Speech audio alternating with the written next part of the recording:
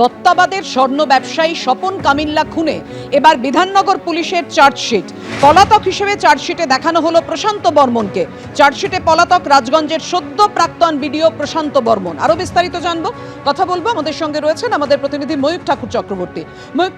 ময়ূক, যে প্রশ্নটা supreme court আত্মসমর্পণ করতে বলেছিল, তারপর গ্রেফতারি পরোয়ানাও জারি করেছিল বিধাননগর পুলিশ, এখন চার্জশিটে দেখানো হচ্ছে পলাতক। দেখো, একদমই প্রশান্ত বর্মন তাকে প্রথমে সুপ্রিম কোর্ট থেকে যখন তার জামিন খারিজ হয়, মহামান্য কলকাতা হাইকোর্ট থেকে যখন জামিন খারিজ হয়, এরপরই বিধাননগর আদালতে তার এগেন্স্টে ওয়ারেন্ট বা গ্রেফতারি পরোয়ানার জন্য বিধাননগর পুলিশ দাবি করে এবং আদালত সেটা মঞ্জুর করে। এর পরবর্তী ক্ষেত্রে মহামান্য সুপ্রিম কোর্ট বলে একটা 23শে জানুয়ারির মধ্যে প্রশান্ত বর্মন রাজগঞ্জের বিডিও, তাকে আত্মসমর্পণ করতে হবে। কিন্তু আমরা যেটা দেখি, নির্দিষ্ট সময় হয়ে গেলেও প্রশান্ত বর্মন কিন্তু আত্মসমর্পণ করেনি। এর পরবর্তী ক্ষেত্রে বিধাননগর পুলিশের তরফ থেকে বিধাননগর গোয়েন্দা বিভাগ তারা এই খুনের ঘটনার তদন্ত করছে। তারা আজকে এই দত্তাবাদের স্বর্ণ ব্যবসায়ী স্বপন কামিল্লা খুনের ঘটনায় চার্জশিট জমা দিয়েছে এবং সেই চার্জশিট 5 জনের এগেনস্টে দেওয়া হয়েছে যারা ইতিমধ্যেই অ্যারেস্ট হয়েছে। তাদের বিরুদ্ধে খুন, অপহরণ, অপরাধমূলক ষড়যন্ত্র এরকম মারাত্মক সেকশন রয়েছে। আর প্রশান্ত বর্মন যেহেতু এখনো গ্রেফতার হয়নি, তার নাম চার্জশিটে পলাতক হিসাবে রয়েছে, এমনটাই পুলিশ সূত্রে খবর। ধন্যবাদ তোমায় ময়ূক।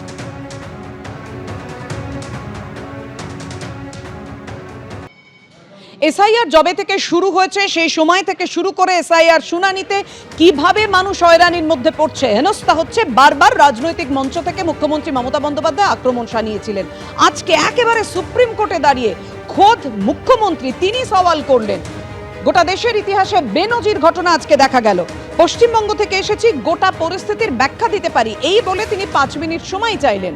তাকে 15 মিনিট সময় দেওয়া হলো। কমিশনকে 6 বার চিঠি দিয়েছি, কোনো উত্তর পাইনি, এভাবেও মুখ্যমন্ত্রী উল্লেখ করলেন।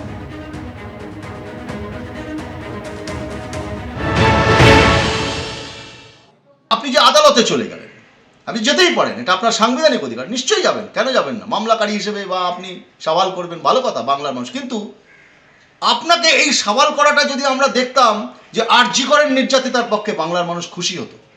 বাংলার মানুষ আপনাকে আবেদনকারী হিসেবে বা সওয়ালকারী হিসেবে সুপ্রিম কোর্টে দেখতে চেয়েছিল চোরেদের বিরুদ্ধে, যেখানে আপনার দলের লোকেরা যুক্ত ছিল।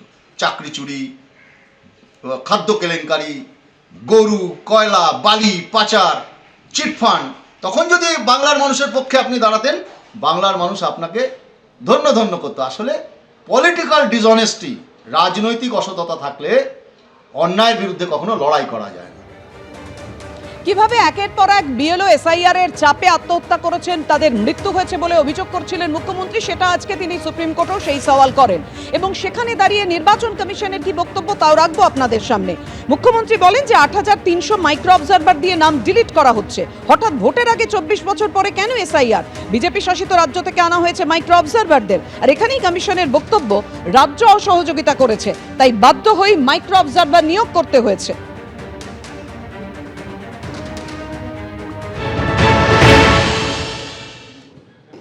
নির্বাচন কমিশন বলেছেন যে কোনো রকমভাবে দেশের প্রধানমন্ত্রী বা কোনো রাজ্যের মুখ্যমন্ত্রী বা কোনো এই ধরনের পদে থাকা বা দায়িত্বে থাকা কোনো জায়গার চিঠির তারা উত্তর দিতে বাধ্য নন। তারা বিভিন্ন রাজনৈতিক দলের চিঠির উত্তর দিতে বাধ্য, সাধারণ মানুষের চিঠির উত্তর দিতে বাধ্য। যদি মমতা বন্দ্যোপাধ্যায় তৃণমূলের সুপ্রিমো হিসেবে চিঠি দিতেন তাহলে তারা উত্তর দিতেন, কিন্তু মুখ্যমন্ত্রী লেটারেড ব্যবহার করে তিনি কোনো চিঠি দিলে তার উত্তর তারা দেবেন না। এই বিষয়টা নির্বাচন কমিশনই ভালো করে বলতে পারবেন, তাদের মুখপত্র বলতে পারবেন, আমরা নই। কিন্তু একটা জিনিস পরিষ্কার, যে বিচারকের ঘরে দাঁড়িয়ে বিচার পাচ্ছি না, আমরা বিচার পাচ্ছি না বলে আরো 5 মিনিট চেয়ে নেওয়া, এ তো অভূতপূর্ব। যাক, এটাও একটা নতুন নজির হয়ে থাকবে। আমরা লক্ষ্য রাখছি এই ধরনের চলমান মামলা নিয়ে আমরা এখানে বলবো না। মামলারও আমাদের ভারত রাষ্ট্রের যে বিচার ব্যবস্থা তার উপরে আমাদের যথেষ্টই সম্মান আমরা প্রদর্শন করি এবং আমরা মনে করি তাদের উপরে আমাদের আস্থা থাকা উচিত, আমরা আস্থা রাখি। যারা আস্থা রাখেন না সাধারণত বিচার ব্যবস্থার উপরে, তারা কি করবেন সেটা তারা বলবেন। কেননা বিধানসভার উপরে আস্থা না থাকাতে ওনারা বিধানসভা ভাঙচুর করেছিলেন, এবারে ওখানে কি হবে সে তো ভাবছি, তারপরে কি হবে সেটা আমাদের ভাবতে হবে।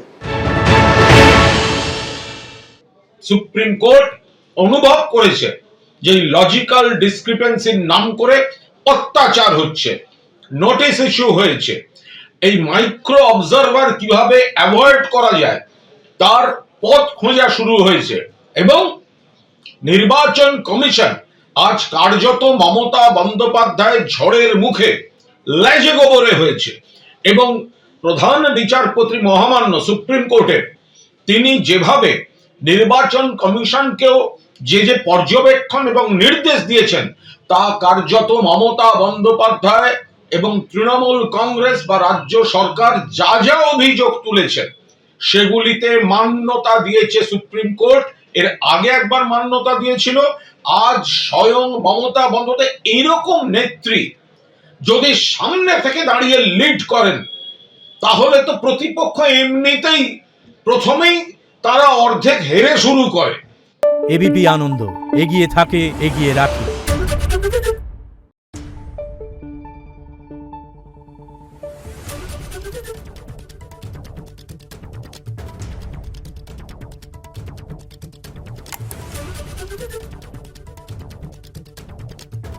Thank you.